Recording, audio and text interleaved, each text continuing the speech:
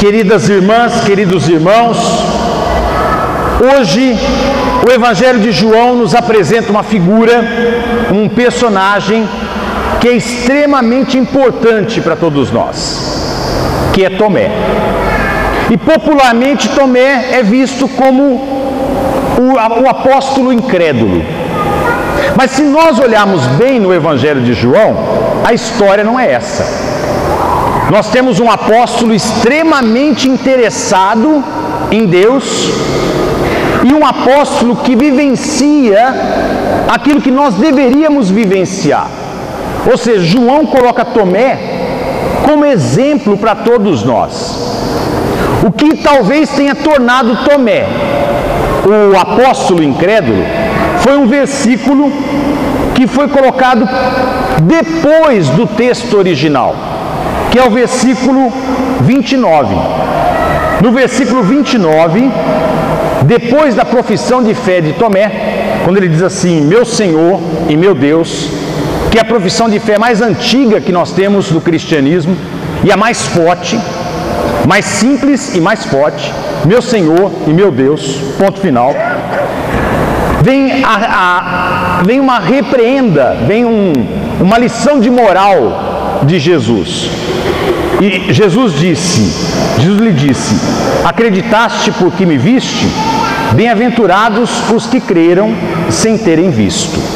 Esse versículo foi colocado depois, foi colocado depois do texto original. Para quê? Para valorizar a fé das pessoas das primeiras comunidades que não tinham mais contato com Jesus. Aquelas pessoas que se converteram ao cristianismo, mas que não conheceram Jesus pessoalmente. Então o evangelista coloca esse verso, ou pelo menos a escola do evangelista coloca esse verso depois, coloca essas palavras na boca de Jesus depois, para valorizar essa fé.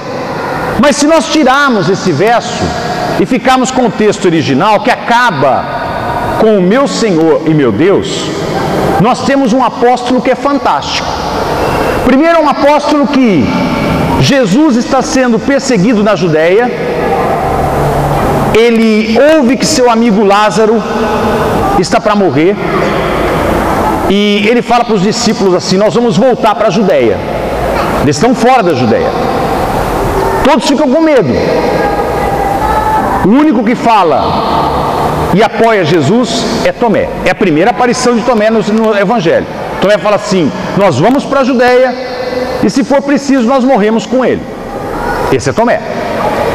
Aí depois Jesus já está na Judéia e a perseguição é iminente, é clara, e Jesus começa a falar da sua morte e os discípulos não entendem do que ele está falando, e ele fala do caminho, vocês conhecem o caminho, mas os apóstolos ficam em silêncio. O único que tem a coragem de questionar Jesus é Tomé. Tomé fala assim, mas mestre, nós não conhecemos o caminho. Que caminho é esse? É Tomé que tem coragem de perguntar, de questionar. E aí vem uma frase maravilhosa de Jesus, graças ao questionamento de Tomé.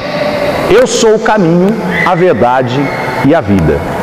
E aí vem o trecho de hoje, que é a terceira vez que Tomé aparece no Evangelho de João. Os apóstolos estão reunidos, com as portas fechadas, o Cristo aparece, fala uma frase importantíssima, a paz esteja convosco, a paz que eu quero ter, com a qual eu quero terminar essa homilia, e depois ele mostra, ele prova que ele está vivo, prova a sua ressurreição, e depois envia os apóstolos com o Espírito Santo.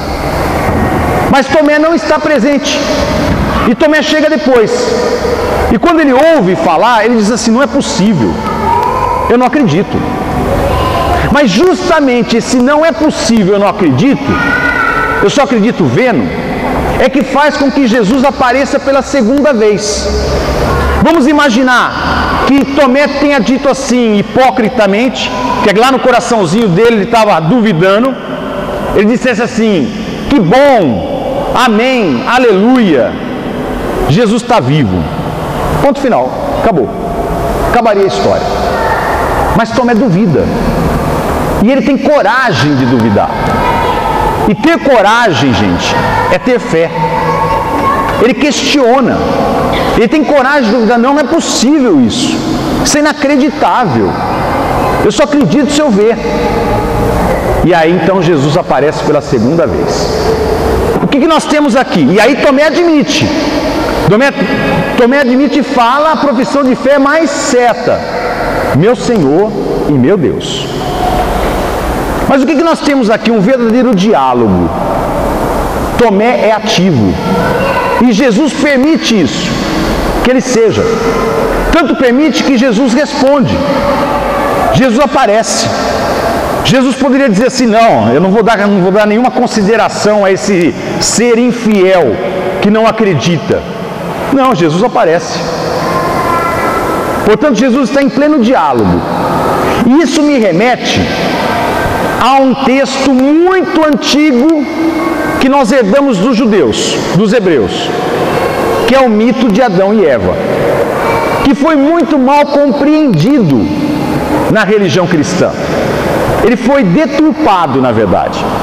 O que nós temos no mito de Adão e Eva? Ora, Deus cria um paraíso, coloca nesse paraíso um homem e uma mulher.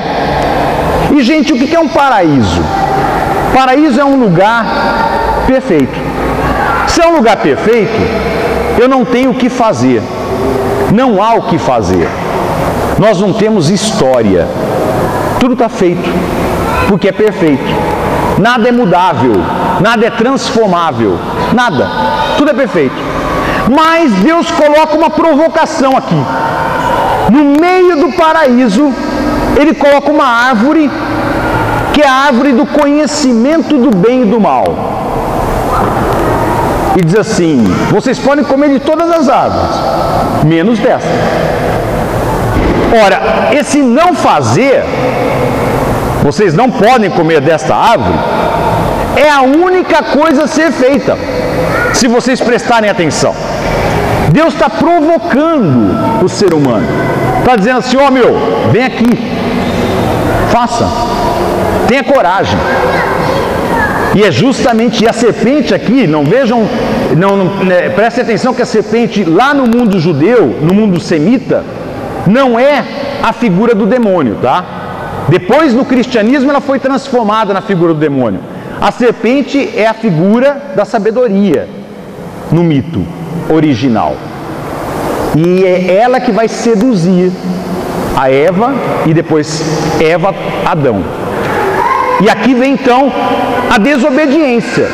Não há em nenhum momento a palavra pecado. No texto original hebraico não tem a palavra pecado. Tem a palavra desobediência. Mas o desobedecer aqui é frente a uma provocação que Deus faz. Aqui nós temos um verdadeiro diálogo entre o homem e Deus.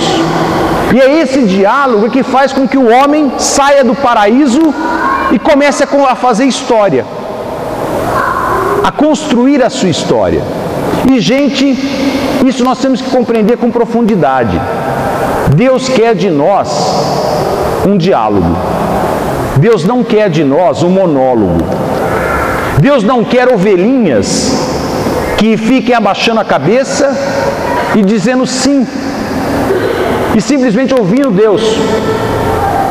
Deus quer provocação, e Ele nos provoca. E Ele nos provoca com a vida. E o que Ele quer? Ele quer o que Ele próprio criou: seres pensantes, seres que pensam, que questionam, que dialogam e que vivem realmente ativamente e não passivamente. Se Tomé tivesse ficado quieto, Deus não iria se manifestar. Se Adão e Eva não tivessem comido da árvore do conhecimento do bem e do mal, nós não estaríamos fazendo história. Nós estaríamos num paraíso. E tem muita gente que quer ficar num paraíso, fechadinho, sem viver a dinâmica da vida. E, gente, a vida não é um paraíso. A vida é diálogo. E diálogo nem sempre é gostoso. Por quê? Muitas vezes eu tenho que ouvir o que eu não quero ouvir. Isso é o verdadeiro diálogo. Eu vivo num monólogo quando eu vou só nos lugares que eu ouço aquilo que eu quero ouvir.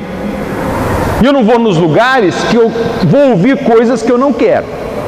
Aí eu estou vivendo a vida no monólogo. É uma coisa mais ou menos assim. Viver o monólogo é eu criar um site na internet.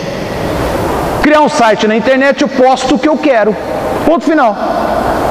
Eu posto o que eu quero e acessa quem quiser. Não é isso? Agora, ter um perfil no Face, onde eu aceito todo mundo, e posto e deixo que todo mundo discuta, aqui eu já não tenho mais um monólogo. Eu dou poder a outras pessoas de discordar ou concordar comigo. E isso é que faz com que as pessoas cresçam. Isso é que faz com que as pessoas acordem. Isso é que faz com que as pessoas amadureçam. Eu ouvi essa semana uma expressão muito interessante. Eu dou empoderamento aos outros. Empoderar, ou seja, eu dou poder às outras pessoas, de falar, de expressar, de dizer o que pensa. O que Jesus fez em todo o seu percorrer de vida. O que ele fez? Ele dialogou com as pessoas. Ele se deixou ser perguntado, indagado pelos fariseus, pelos cobradores de impostos, por várias pessoas. E ele respondeu essas perguntas. Ele viveu um diálogo. E a sua vida é um diálogo. Até o final, com uma resposta maravilhosa, que é a ressurreição. E a nossa vida precisa ser um diálogo. Enquanto nós não exercitarmos o diálogo, e dialogar significa ouvir o diferente, aquilo que eu não quero aceitar, mas pelo menos ouvir e prestar atenção no diferente, nós não nos enriquecemos. É a mesma coisa com um casal. O casal, a vida 2 é um diálogo. Se a gente viver a vida 2 no monólogo, só um fala e o outro obedece, os dois não se enriquecem. Por quê? Porque aqui a vida é pobre, só tem o pensamento de um. Mas um casal é a proposta de viver uma vida enriquecedora, onde o diálogo existe, que não é fácil, porque muitas vezes o outro discorda, não concorda, mas isso é bom, porque faz com que eu pense, revise as minhas questões. Então o que Deus quer da gente é uma fé lúcida, porque ter fé não é simplesmente acreditar num Deus, mas ter fé é assumir propostas que eu tenho que assumir verdadeiramente. Mas eu só assumo verdadeiramente se eu estou convicto disso. E estar convicto é ter pensado, raciocinado, refletido sobre tudo isso. E aí sim eu posso assumir. E é isso que Deus quer. Deus não quer uma fé hipócrita.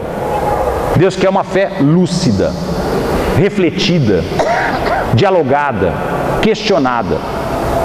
A melhor coisa, o melhor retorno que eu tenho das homilias que eu faço aqui, ou que eu posto na internet, é quando alguém fala assim para mim: padre, nós ficamos discutindo a sua homilia a semana inteira.